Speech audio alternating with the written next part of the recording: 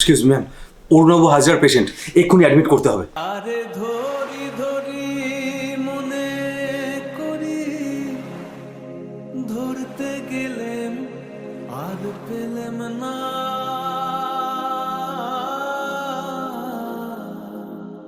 তারে ধরি ধরি মনে করি, ধরতে গেলেম আর পেলেম না।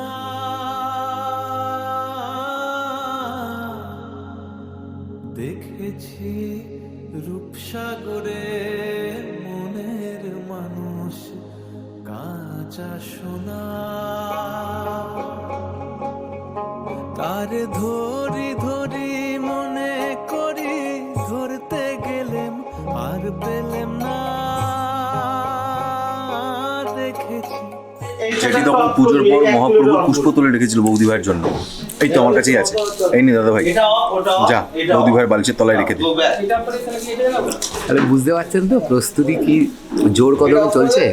একটা সুতো জমি ছাড়ছে না কাউকে। ভাই সবসময় একেবারে যুদ্ধম দেহি মুডে আছে। বিনা যুদ্ধে না দেবো সুচাগ্র মেদিনী। ও মোবাইলে প্র্যাকটিস করছে। ও ওখানে প্র্যাকটিস করছে, প্রচন্ড প্র্যাকটিস করে।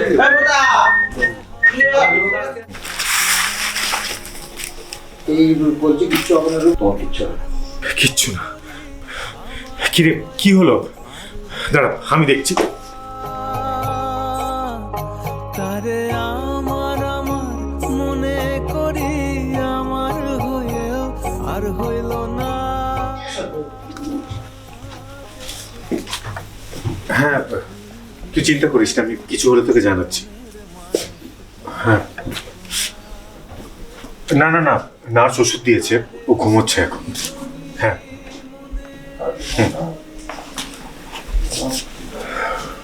বাড়িতে এমার্জেন্সি হয়েছে বললো, কাকিমার কিছু হলো নাকি? এদিকে অর্ণব ছাড়া তো কোনো কারো দিদিকে ছাড়তেও ভরসা পাচ্ছি না।